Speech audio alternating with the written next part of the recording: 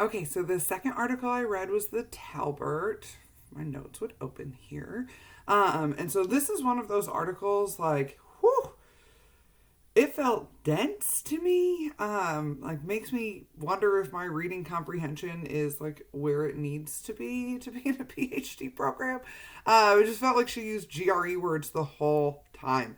And could have been a little more readable, but she didn't ask for my opinion on the readability of her article. So, from the beginning, I really liked a quote she had at the front. It was not hers, and I should have noted in my notes here who it was, but I didn't. I do not go about trying to discover a ready made world. Rather, I seek to understand a social world we are continuously in the process of constructing. I like that she then builds on that idea and that the search for real often takes researchers away from actually researching, or at least that's how I interpreted what she said. Later in the article, she had a quote: "I'm concerned that our field's practical orientation creates pressures for verification of data, presuming that research can represent a real and that this real is essential to useful research." So it reminds me of the article that you all know, hashtag triggered me from the first week of class. But really, I think about like if we're truly at the bottom of the totem pole of research, there's constantly a demand to be valid, right? What is the validity of the work that we do? Why does it matter? And the way I interpreted what she's saying is that the quest for real takes away from that bigger picture. So, sorry, my parents' dog is being really loud.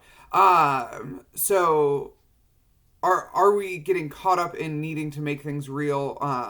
And all in all, I mean, I found her article validating, even though maybe a little bit hard to digest, because I think the way I took it, we should still do the research, right? Even if it's not buildable or it's not generalizable. Just because it doesn't address all of our students doesn't make it invalid. And it really took me to thinking about some of the students I work with, especially in my role with our behavioral intervention team, so our higher risk or higher needs students. For those students, especially when a student is in crisis in front of me, that experience is valid. That is their experience. It might sound crazy, for lack of a better word, to those of us who think rationally, but that doesn't invalidate what they're experiencing while they sit in my office. And it would be silly of me to literally burst their bubble, right? Like I just picture the like pinprick of what is their entire reality.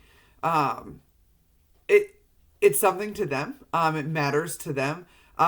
So we can't invalidate that just because it's not what we think is true. So that might be a false comparison, but that was kind of how I took her work. Like the work matters, even if it's not necessarily real for everybody. But I would love to hear what you guys thought about this one.